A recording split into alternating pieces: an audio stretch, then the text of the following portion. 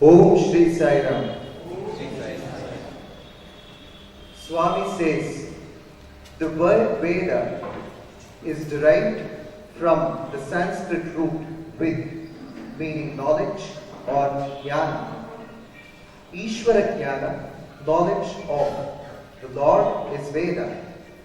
Atma jnana, knowledge of the self, is Veda.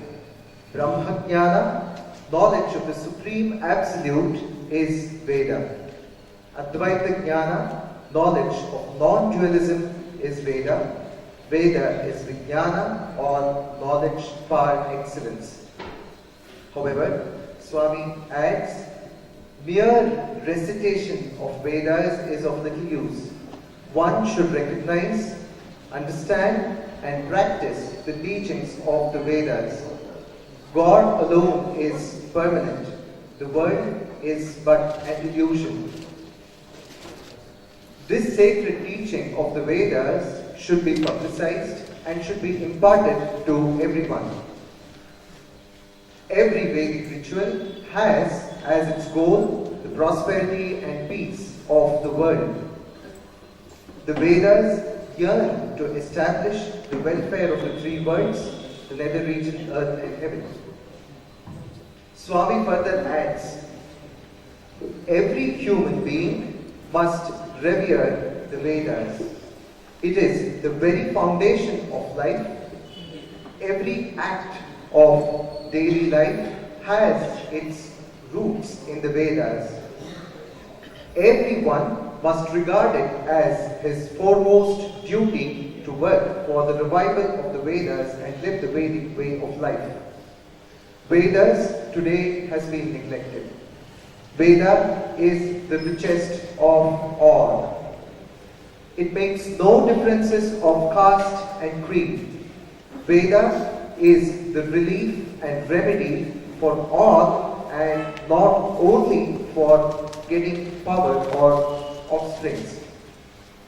Fortunate are those who learn the Vedas, and unfortunate are those who, having learned it, do not make efforts to spread and teach it to the others. So do not neglect Vedas. End quote. By the grace of our beloved Bhagwan, we have been able to organize the third edition of the Veda Poshana event today.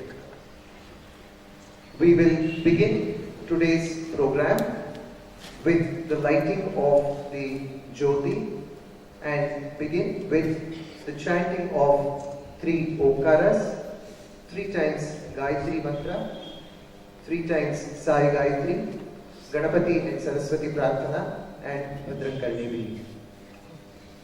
Now call upon Professor Dr. M.A. Lakshmithathachar, Shri N. Sudhindra, Shri Venkat Gosavi, Shri G.R. Pravina, Dr. Ashwath, Shri Naveen Satyanathan, Shri D.B. Chandrasekhar, Shri Subodh S., Shri Ganesh, and Srimati Girijaram to light the lamp.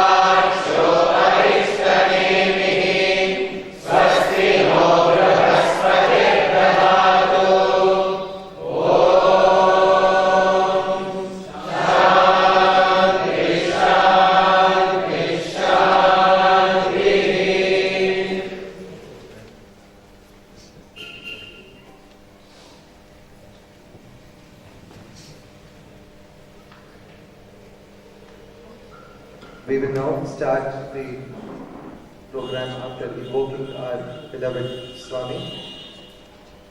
I now welcome Shri Subbu N.S., Joint State Spiritual Coordinator Vedas, to give the welcome address.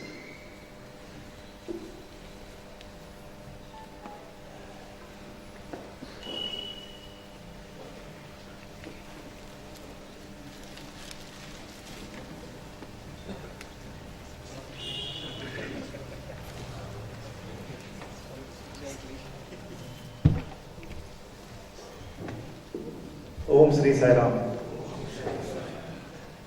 Distinguished Vedic exponent, Sanskrit scholar, Professor Lakshmithathachar, eminent Vedic scholars assembled here from the Sri Sathya Sai institutions, the Sri Sathya Sai organizations and the society at large. Dear brothers and sisters, it gives me great joy to welcome you all once again for the third edition of the Sri Sathya Sai Veda Poshana workshop focusing on DURGA SUKTHAM and MEDHA SUKTHAM here at Sai Gitanjali. Given that we have a packed schedule today, a lot of thought has been laid out into the programs, so I'm not going to stand between you and Tataji's talk. I would like to quickly, for the benefit of those of you who are attending for the first time, just quickly walk you through the objectives of the Veda Poshana program. So, next slide please. So, yeah, we are all here essentially to embrace Veda chanting, Vedic studies, and take it up as a personal sadhana. And with the selfless goal of Chitta Shuddhi at the individual level, because really Veda helps us cleanse ourselves.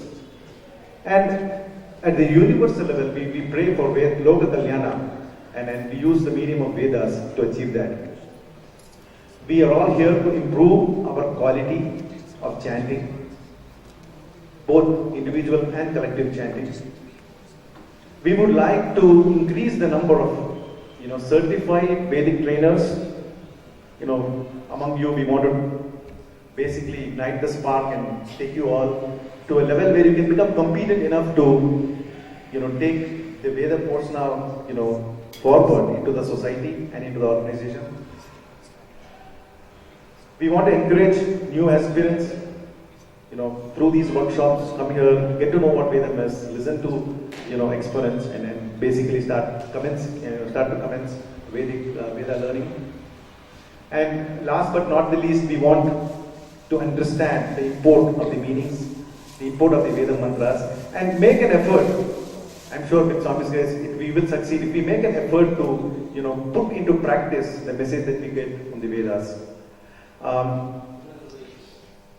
That's pretty much what I had. What I wanted to do was recently at Prashanthi Nilayam, I was fortunate to attend a presentation given by the National Veda Coordinator on what is the roadmap for Veda in the Sathya Sai organizations of India. And I would like to quickly walk over through the salient points.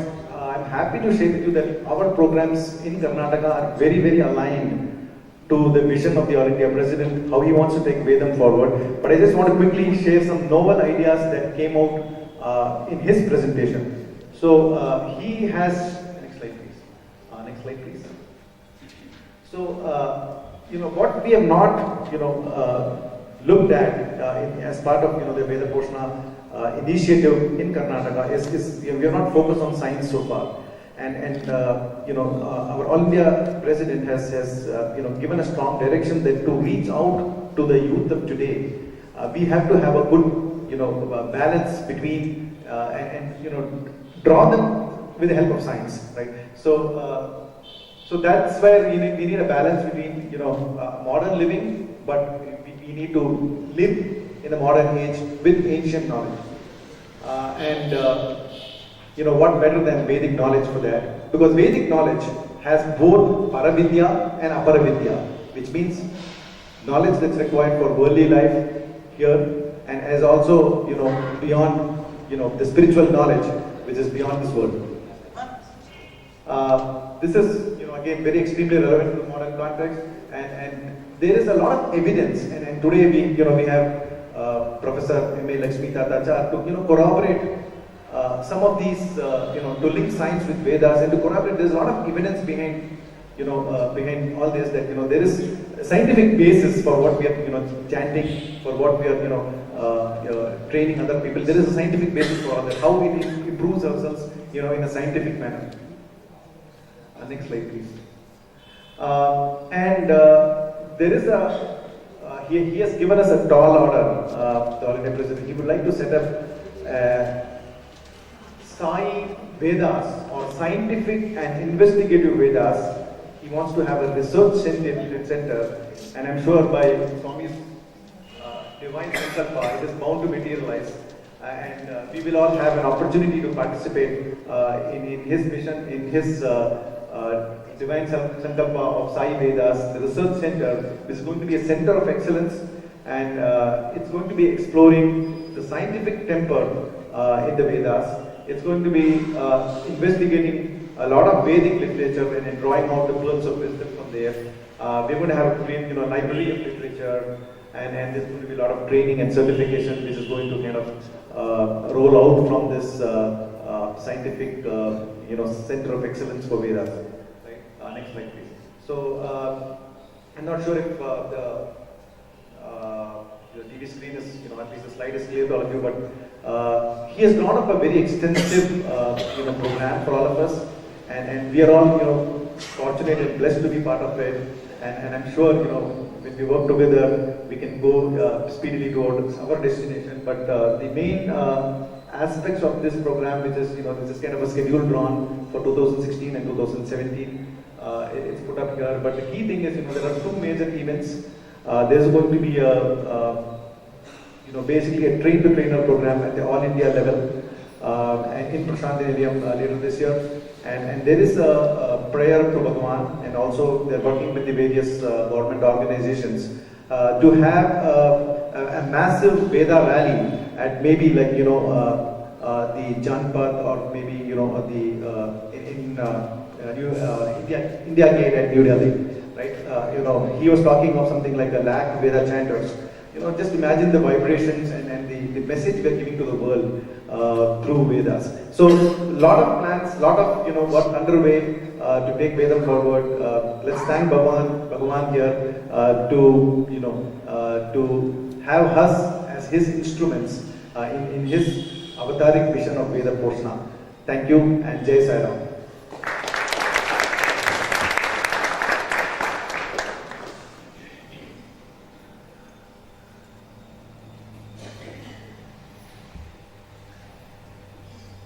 Thank you, Subbu. That was very crisp but still detailed. We have the fortunate moment to have with us Professor Dr. M.A. Lakshmithathachar.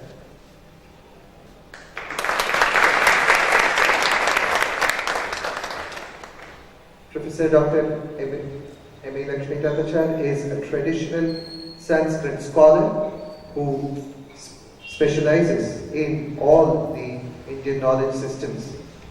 He has dedicated his life to prove to the world the modern relevance of these knowledge systems to fields as varied as information technology, agriculture, horticulture, and so on. He has edited, authored more than 100 various publications. He has taught at the postgraduate and doctoral levels and established several institutes of national and international repute. Presently, he heads the Samskrti Foundation at Mysore and is actively engaged in research work and spreading awareness about the importance and significance of the traditional Indian knowledge systems. He received an award from the President of India for outstanding scholarship in Sanskrit and contribution to build a bridge between the ancient knowledge systems and modern science. We are very fortunate to have you, sir, in our midst today. We request you, sir, to give us the keynote address on the science behind Vedas.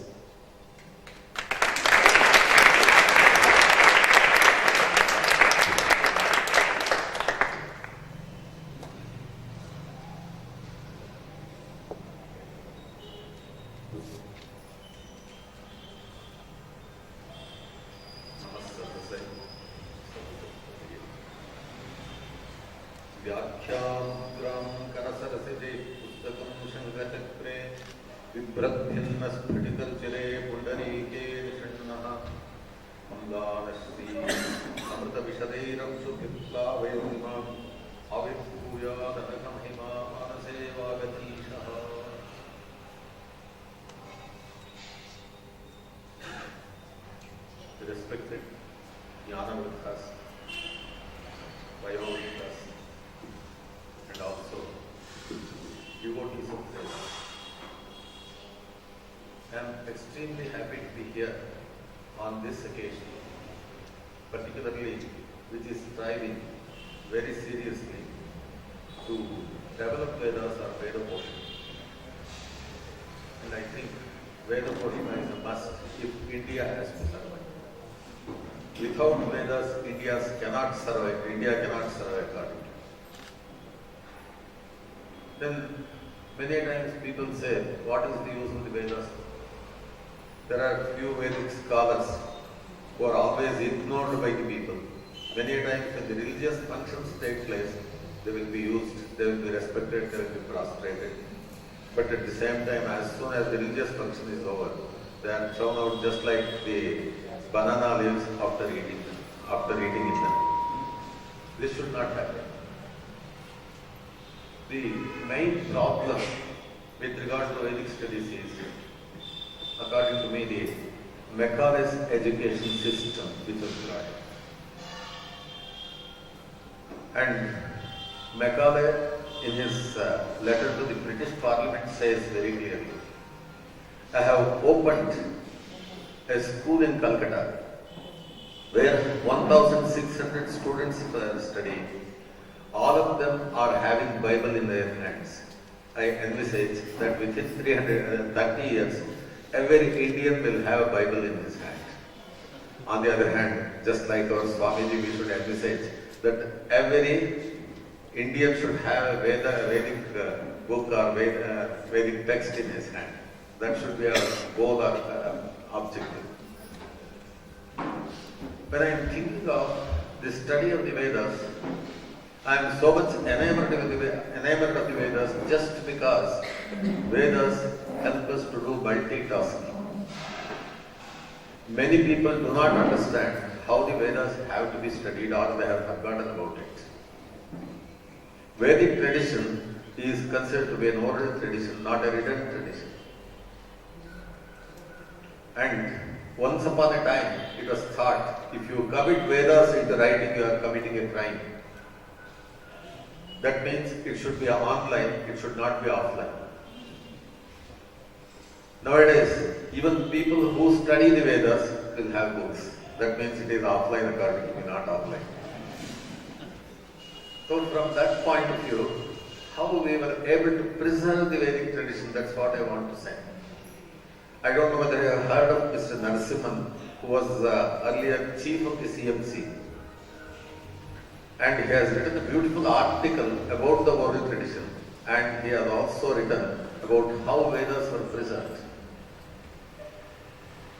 Probably you might have come across some games which are played.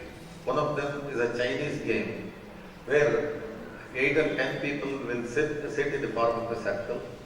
I will whisper one thing into my neighbor's ears, and then he will convey that to his neighbor. He whispers again, and when it comes back to me, if it has passed through at least 10 people, I get a very totally distorted version of what I have communicated. If you think of the Vedic studies, probably for the last 10,000 years, we have preserved the same Padha or the recension of the Vedas. hardly there are some changes. Some of them are called the Dravida Patha and also Andhra Patha. Minor changes have taken place. How we are able to preserve all these things without writing? And UNESCO has recognized this oral tradition as a world heritage. You must understand that. Because for the last 10,000 years, how our predecessors have struggled and preserved the Vedic tradition, oral tradition alive. And it is called Guru Charana Anucharana. When the Guru says, Bhadram Karne Bhishruniyama Devaha, then immediately the Shishya should recite it twice. It is Guru Charana Purvaka Anucharana. So in that way we have preserved. It was not written, but still the text did not get distorted. As I said, when a message is conveyed through somebody, if it passes through 10 people, when it comes back to me, it is distorted within 15 minutes or 10 minutes or 5 minutes. For a period of 10,000 years, we have preserved these texts properly. You must understand. Then, one more interesting thing is how to study the Vedas. Nowadays, even teachers will have books while they are teaching the Vedas. Am I right or not? I think even today the books have to be completely avoided. And after the Macaulay's education system, we are more worried about the graphics.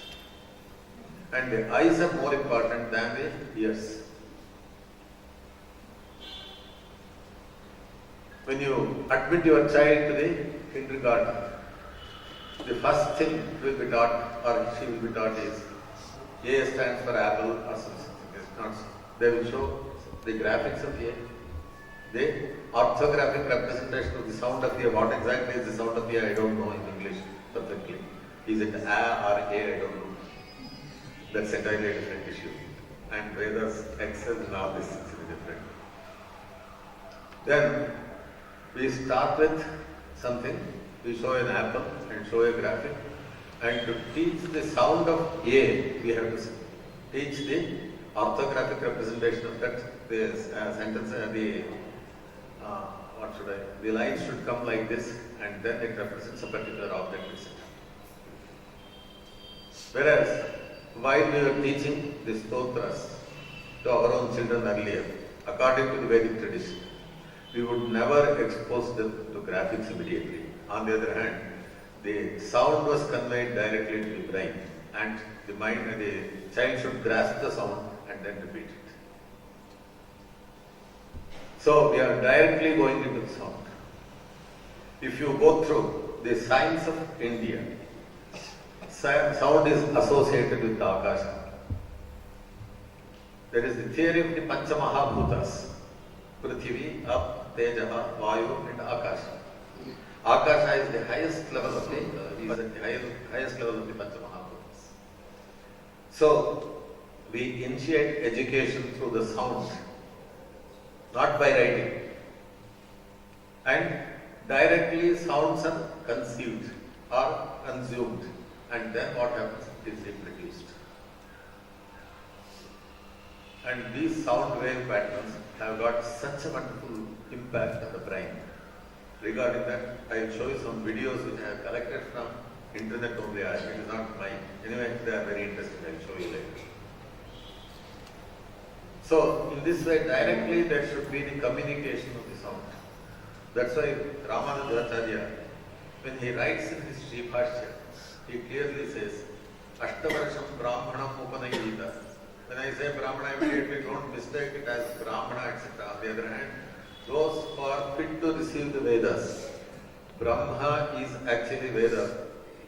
In Shastras it is said, Brahma is nothing but the Vedas. Those who are fit to receive the Vedas should be given Ashtavarasham Brahmanam Upanayita Tam Adhyapayeti Vedakhya Akshara Rashehe Grahanam Vidhiyate. This particular portion is very important.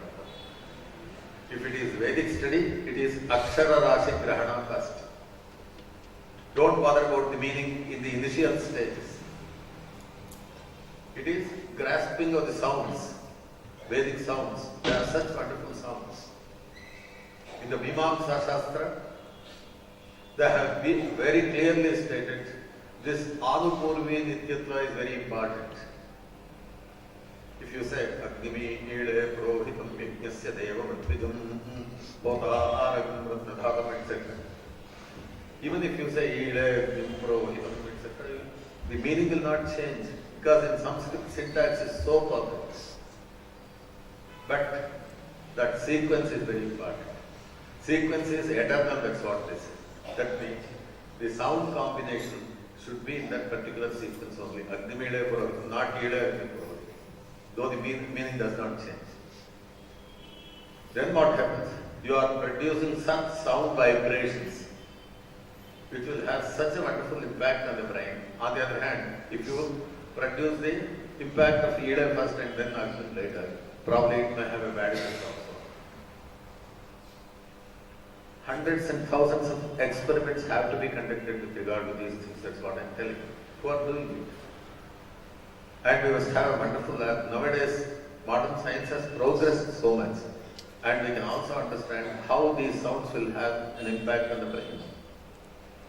What sort of neurons are fired when these sounds are heard? What sort of neurons are fired when you are generating these sounds again? In the portion which is meant for speech in our brain, there are three parts. One for hearing, and other one for remembering, and other one for reproducing.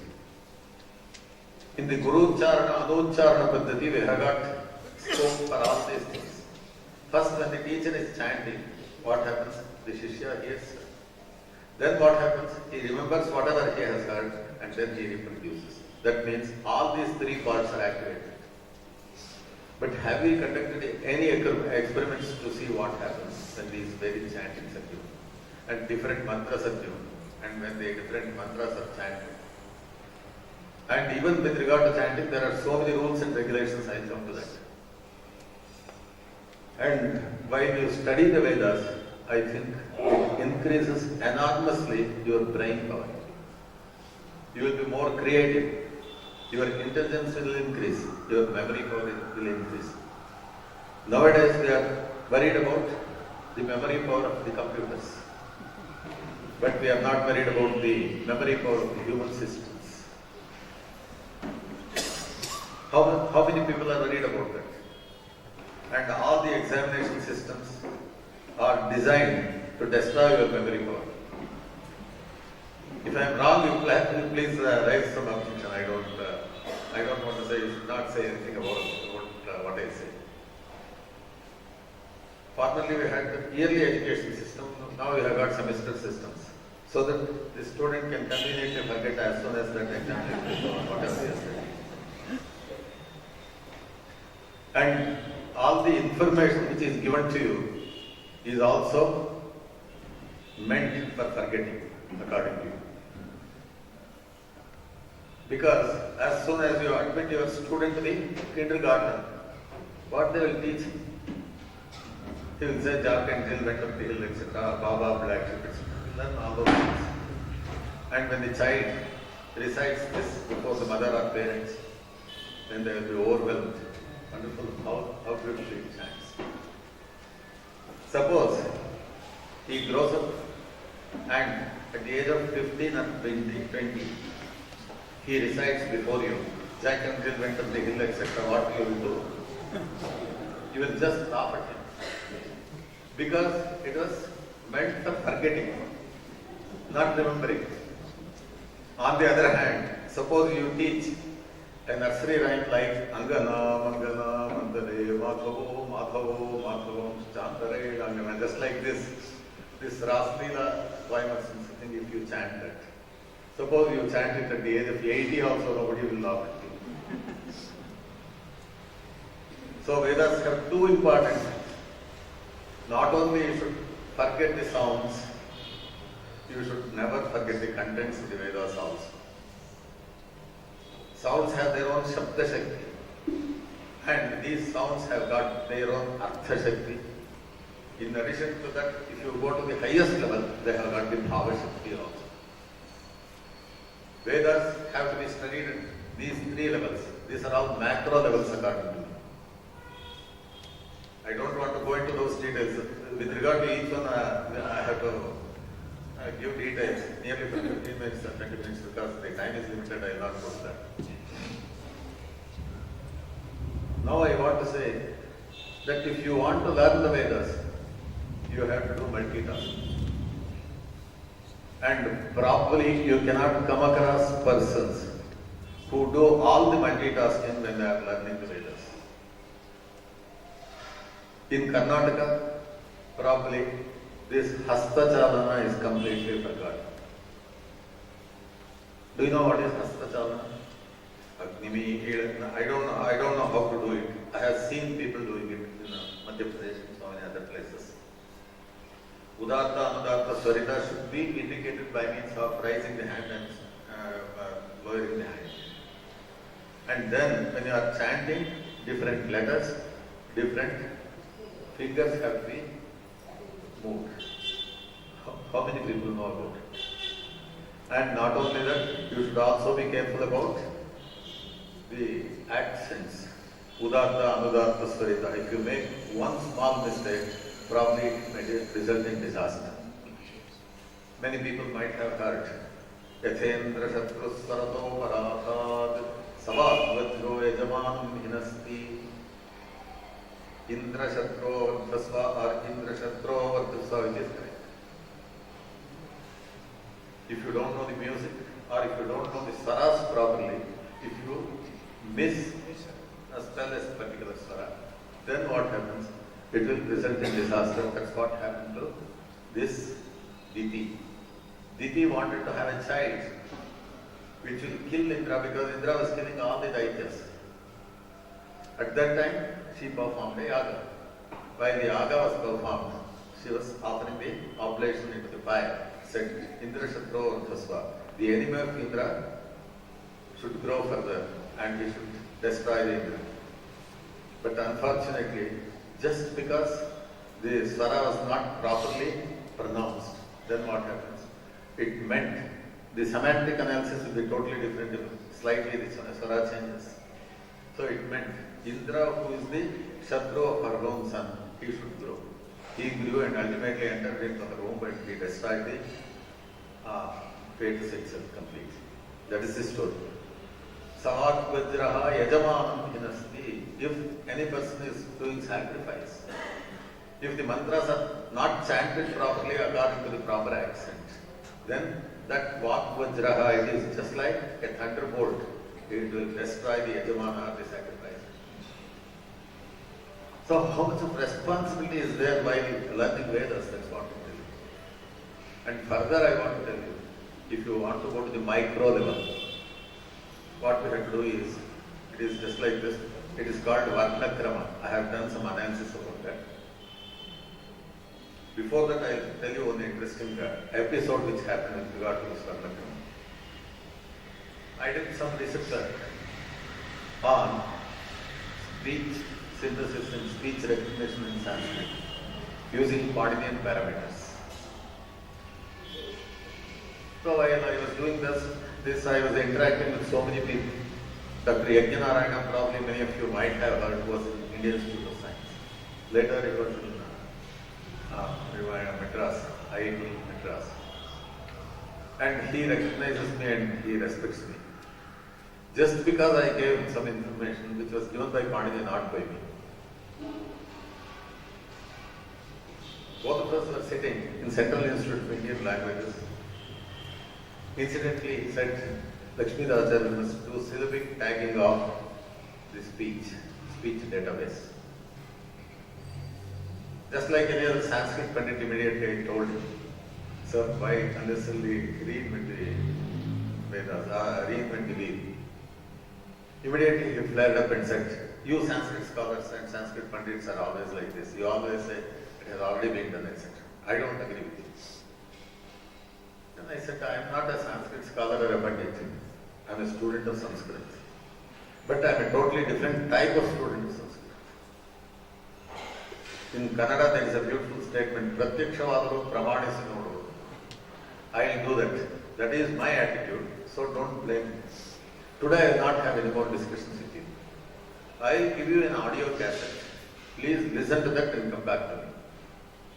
I gave him an audio cassette, and he came back to me second time after listening to that. And he prostrated before me and said, "Hats off to you, Lakshmithathachar, wonderful." Then I said, "Why?" No, wonderful thing. What you said is correct, I fully agree. Then I said, "You should not say hats off to me, you should say hats off to Pani.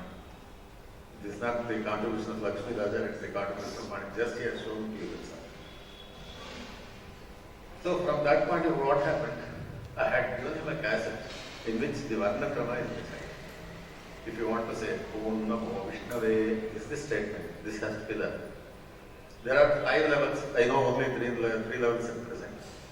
So first level is Nakarotra, Karotra, Makarotra, Vokarotra, Vakarotra, Ikarotra, Shakarotra, Nakarotra, Akarotra, Vakarotra, Ekara. I have to split all these levels like this. Then, to produce each sound, they have got 7 parameters prescribed by Pani. It is, whether it is Udatta Swara, Anudatta Swara, or Swarita Swara. Accents you must know. And you should also know the place of birth of that particular letter in your speech box. And you should also know the Bhashya Prayatna and Abhyantara Prayatna. That means the efforts that are required to pronounce a particular letter, the preparatory activities, and then actually when you are presenting, you do certain activities. That is called Antara Prayatna, Bhashya Prayatna and Abhyantara Prayatna. And you should also know whether it is Mahaprana or Alpa Prana.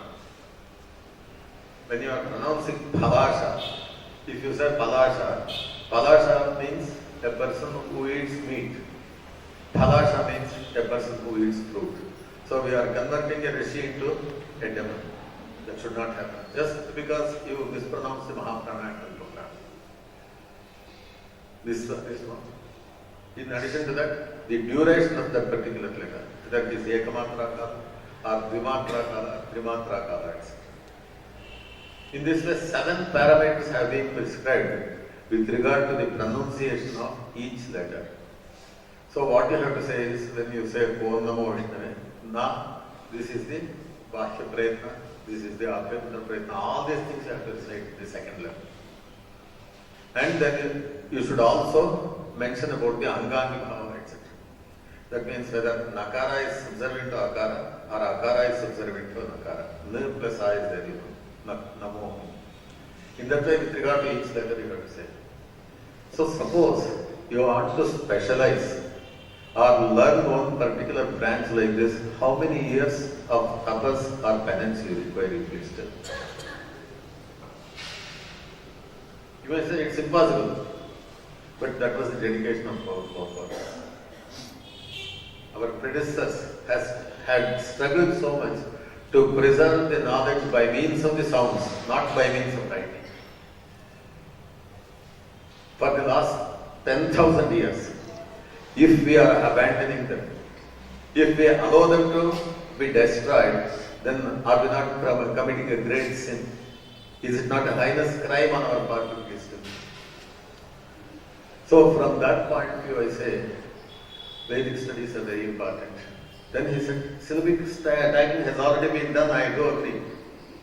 And afterwards, do you know what he did?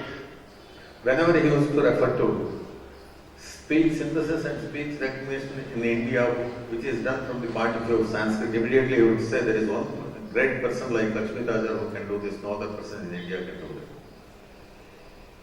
I am not saying I'm such a great person. On the other hand, I become such a great person only because of Panini, because of the alms I have got from Panini. Realize the greatness of those people. This is one small thing which I have given to the Yajnarayana. There are hundreds and thousands of things. I studied Pratishakya. Your Vedas, Vedic studies will be incomplete without the study of the Angas. Most of the people do not know there are Angas or subsidiary subjects of the Vedas. So what we have to do? Can we study Shiksha? If you want to study Shiksha, there are more than 74 texts available on Shiksha. I think if you begin to study the Vedas and if you begin to acquire the knowledge of the Vedas also, probably one lifetime is not required. That's why in the Shastras it is stated, Ekasmin Janmani Ekameva Shastra. So we require people who dedicate themselves for the study of the Vedas in such a wonderful manner. And they cannot do anything else. They cannot go to professions, they cannot be IT professionals and they say, I do. That means Veda is a pastime for you, it is not a profession for you according to me. And even mere Purohits cannot do any justification to the Vedas, I tell you. Don't be under the wrong impression that Purohits can protect the Vedas. No, they can't. It is just for the sake of eking out their livelihood. Purohits are using the Vedas, nothing more than that. You should be passionate about it.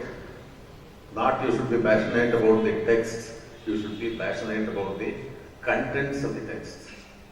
Suppose we have piled up all the books on Vedas here. If you say all the Vedas are here, unless it is in your mind, it is not the Vedas. It is just like a text or just like a tape recorder or some other medium which holds that information to some extent. And merely the text is also not the Veda, according to me. On the other hand, Veda is the knowledge contained in that particular text. Unless you grasp and receive that knowledge, probably Vedic study will not be complete. So in this way, Veda means multitasking. In the modern terminology, you can say multitasking. Nowadays there is a, what should I say, there is a craze for improving the systems which we purchase. And we are thinking of supercomputers or supercomputers, etc. How many people have understood that each one of us have been endowed with a far superior super system, which is given by God? Many times I tell my foreign students, India, if you want to learn about Indian culture, the first and foremost thing you must learn is who are you? Or you ask the question, who am I? If you get the answer for that particular question, probably you will get the answer for everything. I ask them just to make it clear to them. Immediately, if you say something about the spirit or the Supreme Brahman who is pervading all of us, etc., they will not understand anything. I ask them, as soon as you buy a computer, what do you do? Sir, we will bring that, one box is given and some instruments are given, we will bring that and keep it on the table, okay. Is it working? No, it's not working. What should you do? You have to connect it to a power source. So the power should flow into it. First of all, the box, that means the CPU, etc., which you get, is called the hardware. In that hardware, unless the energy flows into it, it will not work. Yes, energy has already flown. Is it working? The computer is on, but it's not working. So what you should do? Sir, we have to introduce some platform and also introduce some software, etc. Unless we install all those things, it will not work.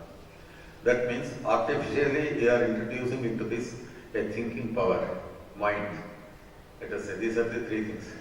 Then I ask the question, have you come across any computer so far? Ever come across a computer so far or a system so far which says, sir, today I am very much depressed and dejected, don't give me any work. Today I am extremely happy, sir, give me any amount of work I will do. Shall it say that? Does it say like that? Then immediately they will laugh and say, sir, how can it say, sir? Yes, I want to ask you that question. Why it doesn't say? Sir, it doesn't have this feeling and those feelings, etc. It doesn't have consciousness. I am extremely happy that you have recognized one more component which is required in the computer which is not available now. That is consciousness. That is what has been stated in Taittiriya Upanishad. Every human being is a wonderful supercomputer system. The hardware is the physical body with 7 muscles, etc., and blood, meat, all these things. But at the same time, what happens? If mere body is there, it is called a corpse. There should be some energy which should be flowing into it. That is the pranic energy. It is called Pranamaya Kosha. First one is called Annamaya Kosha. Second one is called Pranamaya Kosha. The third one is called the Manomaya Kosha. You have got a central processing unit here. How many of you are worried about? How many of you are worried about the central processing unit here? Have you kept it in perfect health? Is it capable of doing all the things which it is capable of? Is it allowed to do those things? Are you using your memory power, brain power completely? Most of us are not using not even 5% or 10% of our power, brain power. So about the central processing unit. Then one more thing, as I told you just now, there is also we have got consciousness. And in addition to this consciousness, we have got the supreme consciousness, which is inherent in all of us, or which is present in all of us. So what happens? There are 5 levels in the human system. Very interesting thing in the human system is the end user of the system is himself. Whereas in the computer, the system is different, the end user is different. So, as the end users of our own system, is it not our bounden duty to understand the system perfectly? Should we not know what it can do and what it cannot do? What are its capabilities? How to navigate them? Or should we use our system just like a child? Nowadays, I think most of the children are so much fascinated by the cell phones you have. They better, many times they know how to navigate it better than us. As soon as the computer is brought, if it learns to, or if it is curious, then it will use the mouse, and at the same time it will click the mouse in different places without knowing where it has to be clicked, etc., etc. Sometimes the hard disk may also crash if it is not properly used. Then the Supreme Being who has given us this wonderful super system, he will say, I am not responsible for this, I cannot give you a warranty of 100 years. Because of misuse, it has been cracked. So from that point of view, the study of the Vedas is meant for understanding yourself. Who are you? What are your capacities? Where you are born? Etc. etc. And you must also know the design of this particular system. Why he has designed you like this only. If I find 100 people or 200 people here, no one is absolutely similar to another person. Whereas in your computer system, what happens? You will say Pentium 5, Pentium 4, etc. You can classify. Here, no classification like that. Each system is unique. So, if it is designed in a unique way, should you not understand the design of the designer? For these things, I think Veda helps. You please remind me about the time. What is time? How much time is there? The 20 minutes I saw is video clippings also. So, from this point of view, what I say is, a great task is ahead. We cannot simply waste our time. Many times people think they have got so much of time for wasting. Nowadays, after the advent of the information technology, probably people have no time for thinking at all. Am I right or wrong? And they have no life for their they have no time for their personal life. It is always professional life, nothing more than that. And they cannot be happy also because they are substituting happiness by means of money. These are some of the cryptic statements, but kindly excuse me when I say something seriously. Because I am so much worried about the human beings, human systems, which are far more superior systems compared to all these supercomputer systems. And with all that, they have got a great responsibility of being Indians. They have been born in India. And many birds, animals and insects are born in India also. What is the difference between them and us? They are born as human beings. And in addition to that, we are also drawn into such organizations because of the blessings of the great Acharya Swamiji. And we want to know something about Vedas and preservation of the Vedas. Not only preservation of the Vedas, preservation of the Vedic traditions. Not only that, disseminating all the information available in the Vedas at various levels to the people at large, for the well-being of the people at large, all over the world, not in India. So, you have got a great responsibility. If you realize the responsibility, you will never take rest. So, my feeling is, please try to realize that responsibility. I think this organization is dedicated for that. And I feel this is the right place to mention these things. And whatever help I can do from my point of view, I am already aged about 80, I completed 80 shortly. Age is against me. But if you, in Samskriti there is a beautiful statement, Sanshanam Vamatogati. When you want to read the letters, you have to read it from right to left. So my age is 80. That means age for learning is only 8, not 80. This second. I am learning now.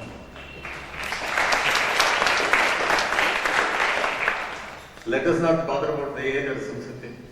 As long as we are alive, can we do something for the field of knowledge? What type of knowledge? That's why it is said in the Vedas or in the Vedic texts written on the Vedas. Sa vidya yavunte ayasaya aparam karma vidyanya shilpanaitam. That vidya or that knowledge which you acquire, which is conducive to spiritual emancipation, such a vidya is real vidya. All other skills you learn, they are just skills. They are just meant for eking out your livelihood, nothing more than that. So, my request to all of you is, please try to spare at least 2 hours or 3 hours every day, or at least 1 hour if possible, for the development of this knowledge, preservation of this knowledge, and preservation of the Vedic texts, etc. And there is enormous amount of information. There is enormous amount of science in the Vedas, which we have not understood. Just I mentioned one about the speech synthesis and speech recognition. In fact, I conducted a workshop which was called Sanskrit and Computers. I had invited several Vedic scholars. They were all blaming me, why you have invited us? They were deputed by their officers, so they didn't have any other alternative than to attend it. And when the attendant said, "Sir, why do you invite us? We have no business here. You are doing some research on computers." Then I said, "You can contribute so much to speech synthesis and speech recognition as I told you just now. You don't know the capacity you possess. How the information available in the Vedas in various ways can be harnessed in the modern context also. That you have to learn. That's why I have invited you." And one more thing happened. Dr. Nagar had come, who is a great Vedic scholar who is residing somewhere near Shivamoga now, dedicated to Vedas. Such a wonderful scholar in Vyakarana and also Veda. And I was mentioning about the impact of the sounds to their succeeding sounds.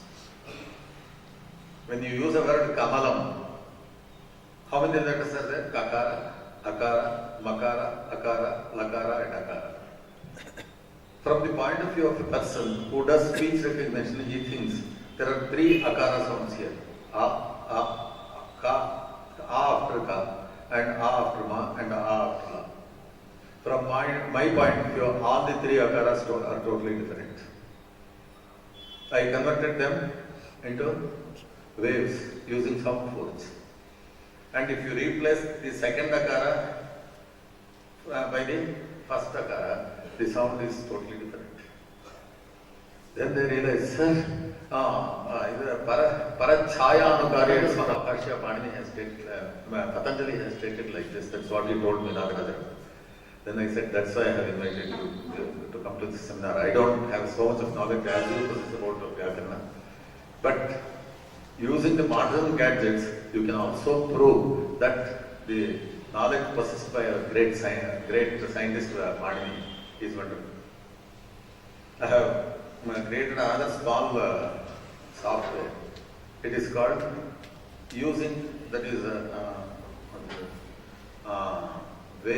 wave join program. I call it. You use the word madhu and then ari. If you put them together, if the sandhi takes place, how it is pronounced? Madhvari. Just because Panini has stated, should I follow this rule? That was my question. So what I did was, I converted Madhu into a wave and Ari also into a wave and joined them in the computer. I wrote a program to join these two waves. The computer pronounces it as Madhvari. So there is a scientific basis for what Panini says. That's what I am telling you. I just mentioned this and complete my lecture. I will show you some of the video clippings which I have brought here. I will not say anything about that, just listen to that, you will understand. So, what happens? Madhu, dhakara is a dental sound, dha. That's why you must know where the letters are born in the speech box. And ukara is a labial sound, u. Without the movement of the lips, you cannot pronounce that. And akara is a guttural sound. It is generated here, a. When there is space in between madhu and arihi, you can pronounce them very clearly, no problem. But if the space is completely removed, madhuri, madhuri, madhuri, automatically it becomes madhuri. Even if you pronounce it fast. That means the effort first will go to this dental sound tha. From there, it should go to ukara and then it has to come to akara. There is not that much of time. So what happens? It touches a letter which is in between, namely vakara. Va is a dentolabial sound. Va. That means your teeth should touch the lip, otherwise it cannot be pronounced. So in between that vakara is situated. Dha, va, u. So it goes up to vakara and comes back to akara. Because there is not much time to go up to that. So this is the scientific reasoning also. So Panini had all this information in his mind. He was the greatest scientist according to me. Once I was mentioning all these things to Dr. Raja Ramana before he died, 15 days earlier. Then he said, Lakshmithathachar, this is all not grammar, this is all physics. That's what he told me. So from that point of view, every bit of the Veda is relevant to the modern world. Because we are all human beings. We have got some basic needs and we have got the basic ideas also. They can never be obliterated from this world. And Veda confines to all those things and we are building on layers and layers on those things only. So from that point of view, never forget the Vedas, never give up the study of the Vedas, but at the same time when you are studying the Vedas, do it strictly according to the system prescribed to study the Vedas. With these words, I conclude my lecture. Now I ask Mr. Narasimhan to show some of the video clippings. And in addition to that, I want to tell you, I will take another 5 minutes with me. Now, I have taken up a very important project, probably which would have been enabled even our Swamiji if he were alive. It is called the Knowledge Tree Project. Just now you mentioned about the importance of Om and importance of pronouncing the Vedic chanting, etc. There I have taken Om as the primordial sound. In the Bhagavad Gita it has been stated, Urdhva Madhashasham Ashwatham Prabhurti. The knowledge tree has come to us from the heavens.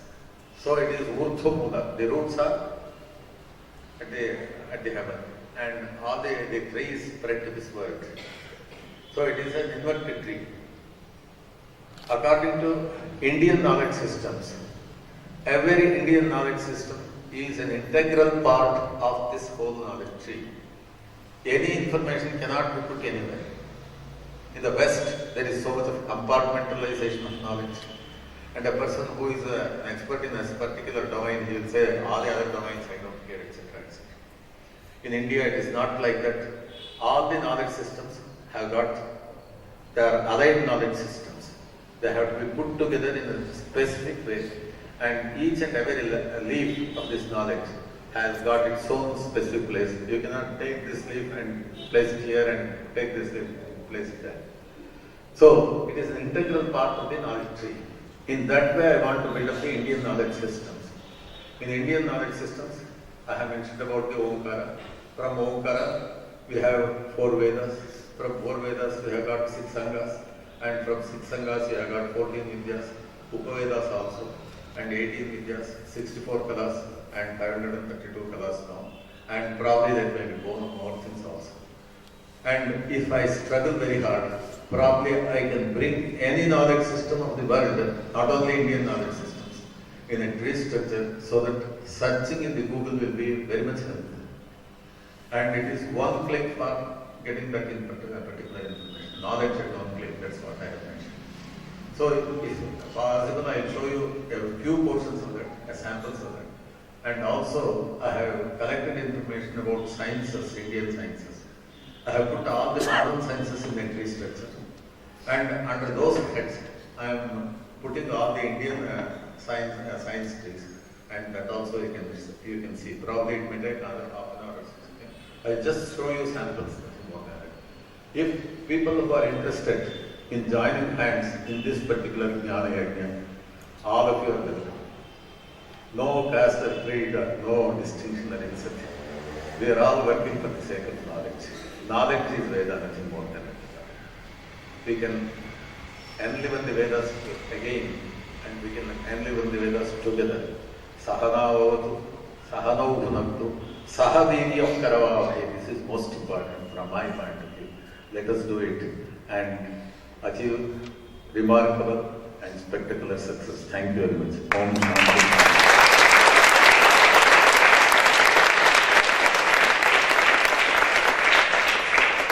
I am extremely thankful to you for giving me an opportunity to say a few things to such an audience. Probably it is carrying coal to Newcastle, that's what they say. Because all of you are knowledgeable people here. My knowledge is very, very limited. And probably many a times I feel I am so small, because when you see the vastness of the knowledge, what we have learned is one drop in the ocean, not more than that. I think I have not offended any of you while speaking because of my attachment to the Vedas and Vedic knowledge. Kindly excuse me if I have offended you. Sorry, thank you.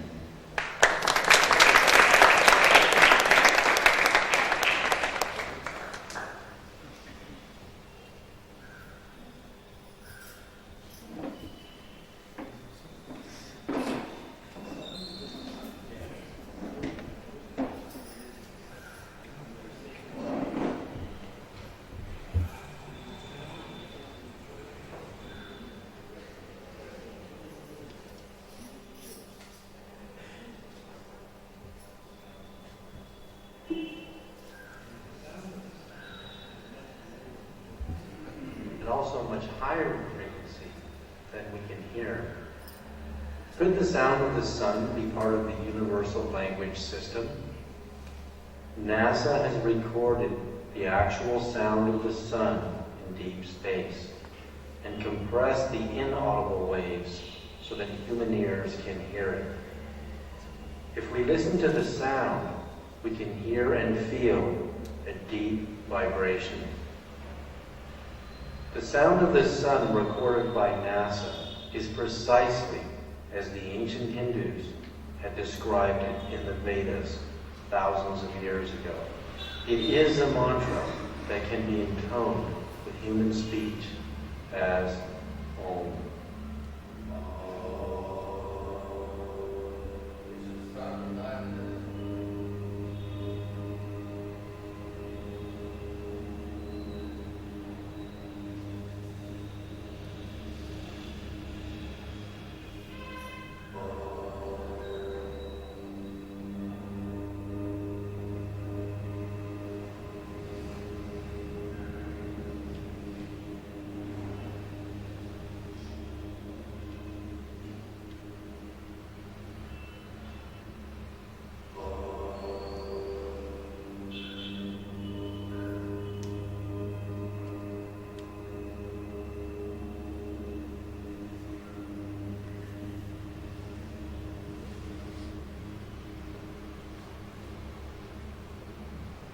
In the 6th century BC, Pythagoras also heard the sound of the sun and described it as a deep resonant hum with higher frequencies blended into it. How did the ancient Hindus know this mantra if it could not be heard by the human ear? Could they have actually peered into the universal consciousness and perceived it? As human language and the language of nature cannot travel faster than the speed of sound as a sound wave, language as information could travel at the speed of light and beyond by entangling itself on more subtle energies. In the same way that we can send human voices or music on radio waves at the speed of light, we can send our own dialogue, personal energy signature, and information through our own biophoton light emissions at the speed of light. While the speed of light is useful to communicate within the solar system, it cannot take us far beyond it in any reasonable amount of time. In this way, biophoton emissions are limited, while more subtle bioenergies are not. Dr. Tiller's discovery of the psychic force as subtle energies emanating from the human body of consciousness demonstrates how our personal information can travel on subtle energy frequencies at the speed of light squared, cubed, and beyond.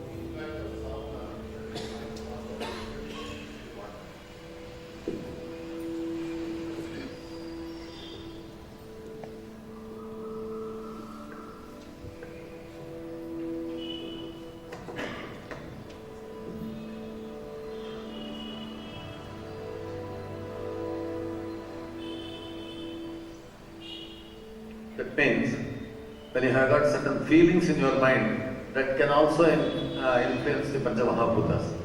So this is the pattern of the crystallization of water when you have got happiness. When you say about truth, this is the pattern.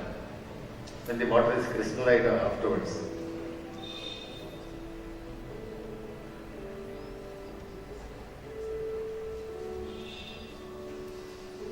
They have prepared a database of nearly 1 lakh crystal formations. My feeling is we have to chant the different Vedic mantras and chart the ions of water and ultimately crystallize them and see how many patterns will be formed, what differences will be there, etc. etc. These are some of the experiments that can be conducted using Vedas.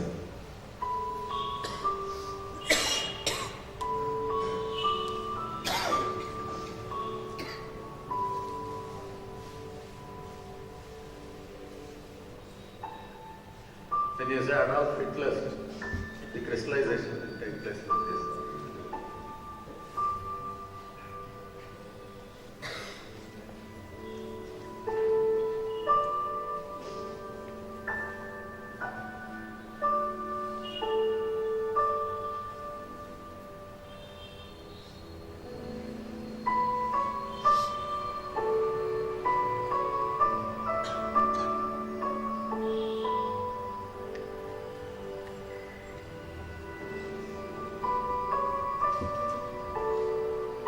You stop that for a while. That's it. You just stop that for a while.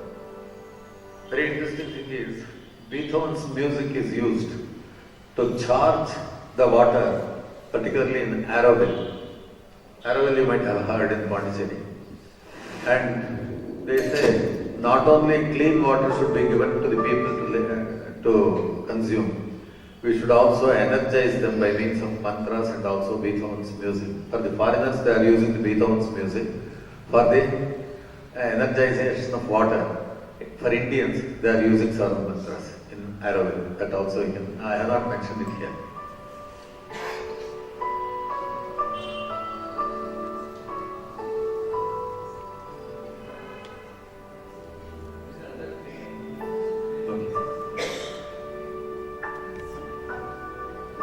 When you say Daman, the crystal formation will be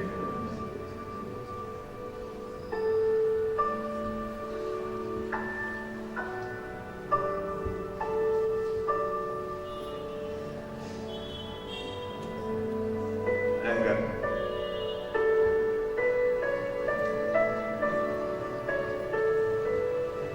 Now don't we realize that we should have proper emotions also in our mind? Because all those things will affect all the human beings, all the Pancha-Mahabhutas, etc., etc. When you see these experiments. Okay. Then about Gayatri Mantra, there is one. Just show it for a while and we can go to the next.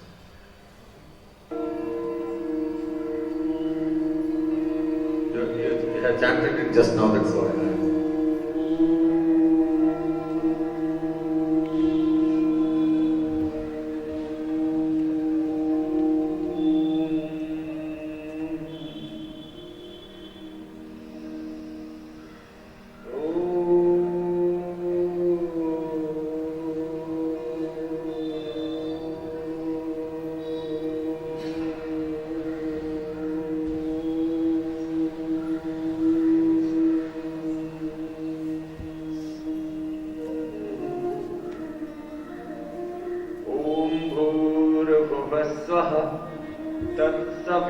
तत्सवितुर्वरेण्यं भर्गो देवस्य धीमहि धियो यो नः प्रचोदयात्।